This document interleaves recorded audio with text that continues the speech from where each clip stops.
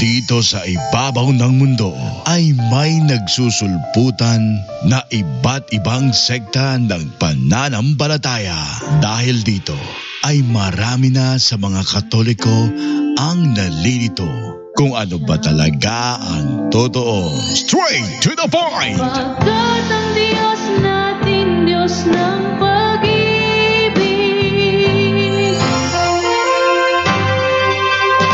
Narito na ang ating programa kung saan direktang sasagutin ang bawat katanungan, maging ang pangbabatikos ng ibang sekta ng pananampalataya. Straight to the point! Straight to the point! Okay, magandang gabi po sa inyong lahat na nakaantabay dyan sa nanood po sa ating programa sa Punto por Punto. Magandang gabi po. At sa pagkakataong ito ay amin pong isasalaysay po ni Brother Romer yung mga katanungan po nyo sa pending questions na ating na-save para ating ipasagot kay Brother Romer. Good day po. Tinaman na rito ha. Wait lang. Ano yan? Wait lang muna ha. Saan ba yun? WhatsApp ba yun? Sa WhatsApp?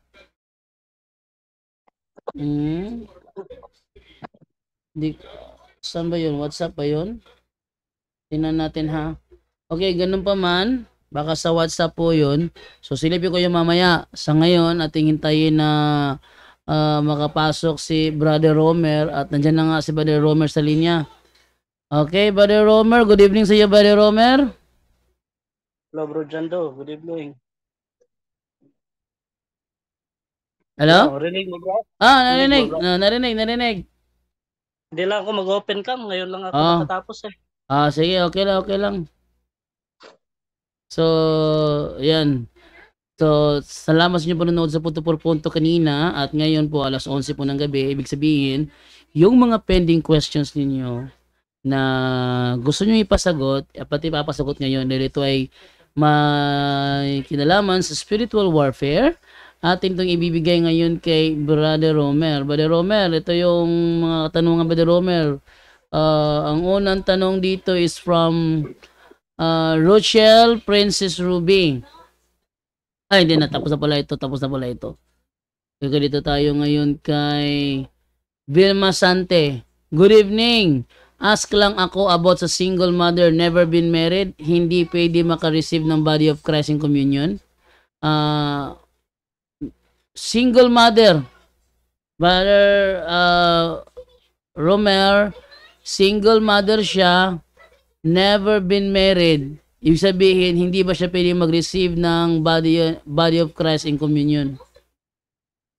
Okay, pagka single mother, tapos nagkumpisal ka naman, tapos wala ka namang yung live-in, mga single mother nga, pwede. Basta wala kang jowa, wala lahat, ikaw lang talaga, wala kang kapartner, pwede po. Ka lang po, magkumpisal ka, tapos pagkatapos ng kumpisal, gawin mo yung pinagawa ng pare sa'yo na yung penance. Pagkatapos niyan po, mag-practice ka sa cares, tapos live a holy life, strive perfection. Tapos i-maintain niyo po yung yung kabanalan, yun po ang pinaka-importante po. Tapos mag-focus ka po sa anak ninyo. Pwede po 'yan, mag-receive ng communion. As long as wala po kayo mortal sin. Yun po kasi hindi naman yan disgrasya or anong nangyari, hindi natin alam kung anong background. So pwede po as long as wala po kayong partner. Back to you, Bro Jando. Okay. Straight to the point. Live.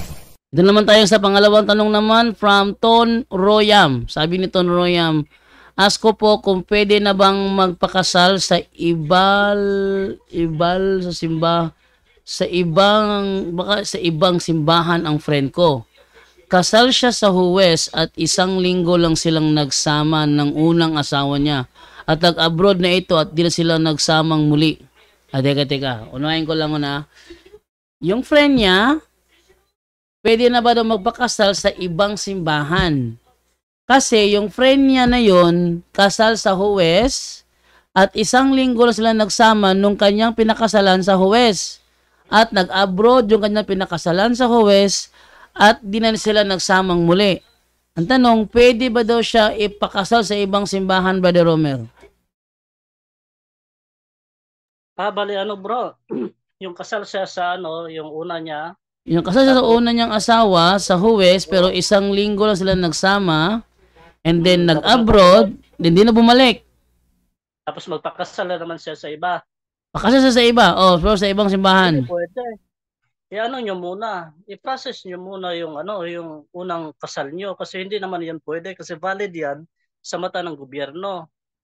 Dapat nyo muna kasi hindi ka makakuha po ng sinumar once na kasi requirements po yung sinumar.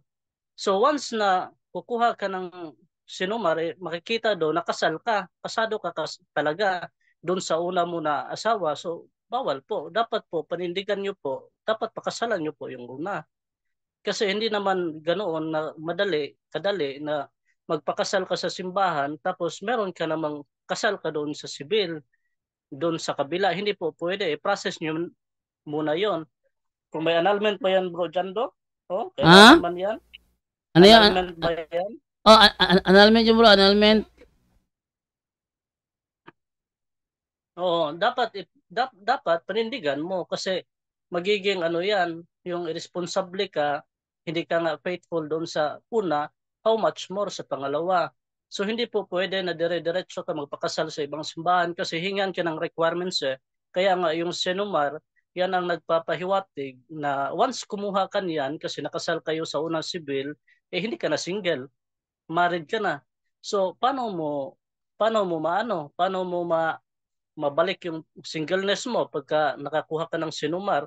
So, i-process nyo po pag-anal bago kayo kung mapatunayan man na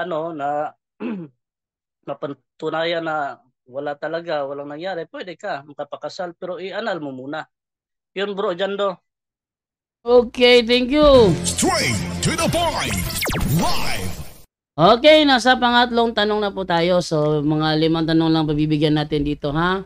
So, ikatlong tanong natin ito from Gina Alcera. Paano po kung nagsisindi ng kandila kasi para sa mga patay na hindi madadalaw sa sementeryo? Hindi dahil sa iniimbita dalawin sa bahay. Ibig sabihin, nagtitirik siya ng kandila sa kanilang altar sa loob ng bahay nila. Ito ba daw ay isa bang palatandaan na hindi siya makadalo sa sementeryo o nag-iimbita siya sa na dumalo sa kanilang bahay ang multo? Multo talaga. Brother Romer. Okay. Yung pagtirik po ng kandila doon sa bahay ninyo, hindi po ibig sabihin na nag-iimbita kayo ng mga espiritu. Kasi yung mga kaluluwa na namatay, napupunta na yan kung ano ang judgment ng Panginoon. Mababasa man yan bro. Saan yun bro? After pagka namatay, mayroong may hukom? Anong talata yon? Nasa Hebreo yun. Hebreo 9. Yan lang ha. 9:27. Sabi sa 9:27 ganito. Itinakda sa mga tao na minsan lamang mamatay at pagkatapos ay ang paghuhukom. Yan, Brother Romer? Okay, so ganun po, pagka namatay yung tao, pagkatapos niyan ay paghuhukom. So hindi po, mali po yung konsepto natin na pagka magtirik tayo ng kandila doon sa altar, nag-i-invite tayo ng mga kaluluwa. Kasi meron na silang judgment pagkamatay nila. Hindi din po, superstitious belief din po, yung kaugalian na yan na magtirik ng kandila, nag-invite. Yung pagtirik po ng kandila doon sa altar, nagpapahiwatig po yan ng simbolo ng liwanag na si Kristo na nagdasal tayo para sa kanila. Pero hindi naman natin na hindi na ako pupunta ng sementeryo. For example, yung November 2 hanggang sa 8, doon ka na lang sa bahay kasi yung tinatamad ka na pumunta sa sementeryo. So hindi po yan pwede. So mas maigi po na ipamisa ninyo po yung mga yumao tapos magpunta ka ng sementeryo tapos iano mo yung para makamit mo yung plenary indulgence, dapat magkumpisal ka, receive ka ng communion, tapos mamuhay ka ng kabanalan. Kasi hindi mo naman mapapansin kung natanggap mo yung indulgence. Ang Diyos na po ang bahala niyan kung ibibigay ba yan sa iyo or hindi. So, nasa ano po yan? Nasa disposition po yan. Kung disposed po tayo sa mga bagay na superstitious, yung sa kasalanan, hindi po tayo attached sa kasalanan, matatanggap po natin yan, pero hindi yan ipapaalam ng Diyos. Ang mapapansin lang natin, yung masaya tayo na nagsiservisyo sa Diyos kahit na mahirap ang buhay, kahit na marami kang problema, masaya ka pa rin sa pagsunod sa Diyos. Yun lang po, Bro Jando. Okay. Straight to the point. Live. Doon naman tayo ngayon sa panglimang katanungan. Ilang tanong yun, Brother Romer? Ilang tanong yun? 4 na yun? Apat na siguro, Bro. Sige. Okay, panglima na ito, panglima. From Angelo Ngarangad. Bro Jando, ano ibig sabihin nito? Bakit ang rosary ko ay nawala sa ilalim ng unan ko? Gabi-gabi ginagamit ko. Hindi ko alam kung bakit nawala. Brother Romer? So ganun po, kapag nawala yung rosary ninyo, hindi po, wag nyo na pong i-interpret kung ano ang dahilan. Kasi minsan naman, yung pagkakalimutin natin, wala talagang kapangyarihan sa mga ganyan na makakalimutin talaga tayo, wala talaga tayong magagawa.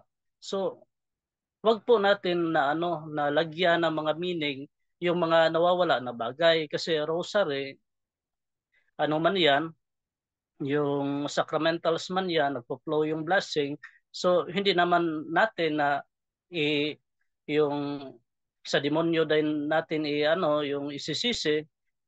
Minsan kasi meron naman tayo na yung hindi natin nalalaman kung kinuha natin tapos nailipat natin sa ibang bagay. So wag na po sa ibang lugar, wag na po na i-interpret natin yung mga ganon kasi nagkakasala din tayo niyan. Tapos magkakasala tayo sa superstitious, yung mga ganyan. So kailangan po na magano po tayo, yung balik po tayo sa tinuro ng simbahan about sa proper disposition po. Yung yung not a pagan disposition but Catholic disposition. Yung pagan disposition, yun po, yung ini-interpret natin yung mga bagay na wala namang kabuluhan, na nawawala, hindi natin alam kung saan nalagay, baka nakuha natin, tapos ganun din ako yung mga rosary ko nilalagay ko sa unan, maya-maya nawawala kasi yun pala na ilalagay ko sa ibang sulok. So ganun po, hindi po natin paparatangan kaagad yung mga demonyo, mga ganyan kasi hindi naman sa lahat ng bagay meron silang koneksyon. So yun po bro, mamuhay lang po tayo ng banal, yun po ang pinaka-importante po sa ating buhay. Back to you bro Jando.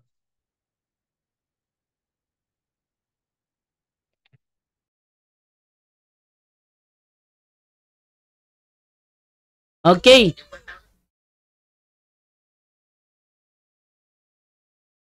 Okay.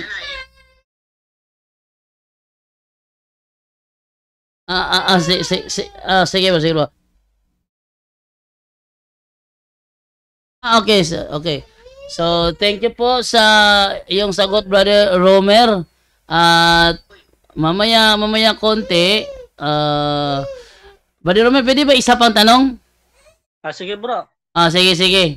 Straight to the point. Live. Okay, ito naman. Pwede po. Wait lang. Maingay na si Nara. From Jem Tiara, pwede po paki-explain yung indulgence again this time? What if nasa abroad? Ano po pwedeng gawin, Brother Romer? Yung indulgence po, yung makukuha po natin, yung matatanggal po yung temporal punishment po. Yung mga mortal sin na ikumpisal po natin, once na makamit po natin yung indulhensya, matatanggal po yun sa paraan na namuhay po tayo ng banal. Yun po talaga ang pinaka-importante. Kasi kahit na nandun ka sa nandyan ka sa abroad, tapos may pasuyo mo naman doon sa mga kamag-anak mo, sa mama or papa mo, sa mga anak mo, na ipamisa po yung mga yung ating mga yumao, makakuha po tayo ng indulhensya.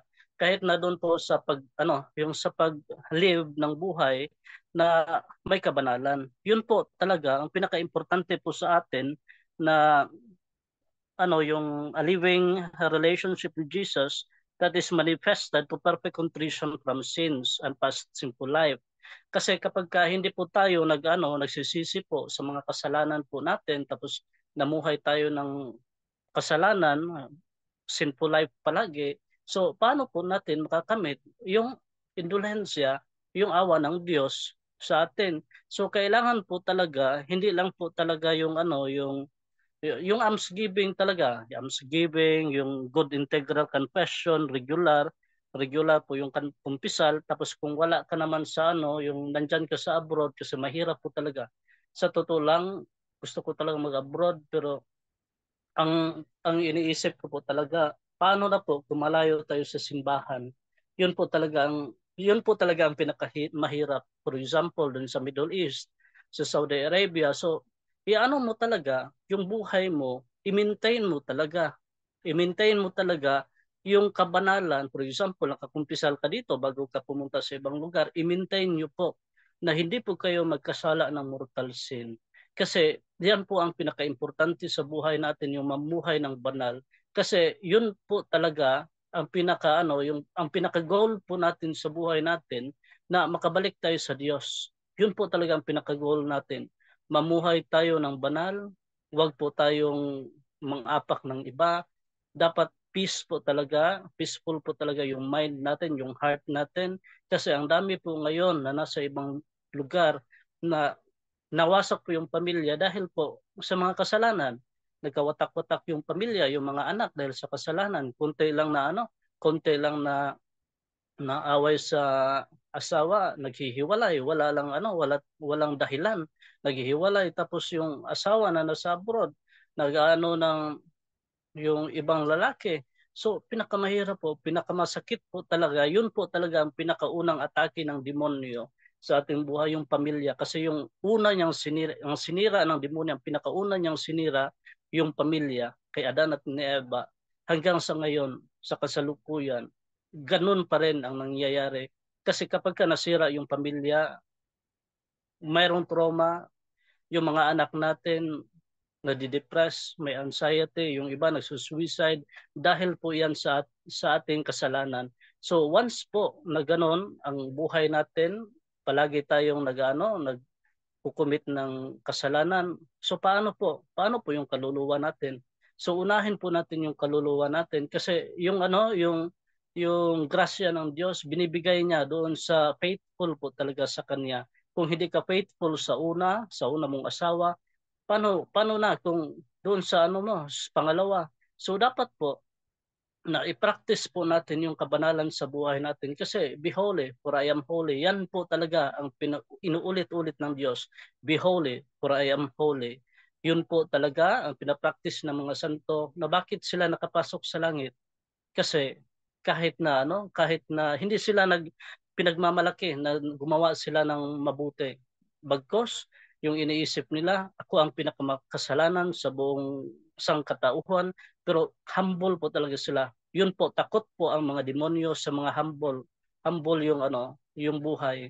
Simple lang po yung buhay, may kabanalan po. Yun po talagang pinaulit-ulit namin dito sa punto por punto. So, bro, Jando? Okay, thank you sa iyo, Brother Romer, at sa ating mga nanood ngayong gabi. At bukas, kita-kits po ulit tayo again bukas sa another night of Punto por Puntos Worldwide Catholic Bible Study. Brother Romer, meron kang huli mensahe? Okay, so sa lahat po ng mga nanonood at nakikinig po sa programa po natin, isa po lang ang maiiwan ko sa inyo, yung mamuhay po tayo ng kabanalan para pagdating ng panahon, pagbalik ng Diyos, magkita-kita tayo lahat sa langit, at tayo po ay makita po natin ang Diyos doon. Mamuhay po tayo ng banal dito sa mundo. Huwag po tayo mang-apak ng ibang tao. Huwag gumawa ng kasalanan. Dapat masaya po tayo sa kung ano ang yung nakamit natin sa buhay. Hindi na po tayo na yung gahaman po sa kayamanan dito sa mundo. Kasi nagpipilgrim lang po tayo dito sa mundo. Yung pinaka-goal po natin is yung langit po ang Diyos. So Bro Jando, yun lang po ang ano natin, yung isasagot po natin at sana po na mamuhay po tayo ng kabanalan, palagi po tayo magkumpisal. Tapos yung relasyon natin sa pamilya ay dapat po nating dapat po natin na isabuhay po yung kabanalan. Back to you, Bro Jando. Okay, thank you sa iyo, Brother Romer. At paalam na po sa inyong lahat. Bye-bye. At yan po ang ating tampok ngayon sa Straight to the Point, kung saan sa loob lang ng ilang minuto naging matibay ang pananampalataya ninyo. Maraming salamat po. Straight to the Point! Straight to the Point!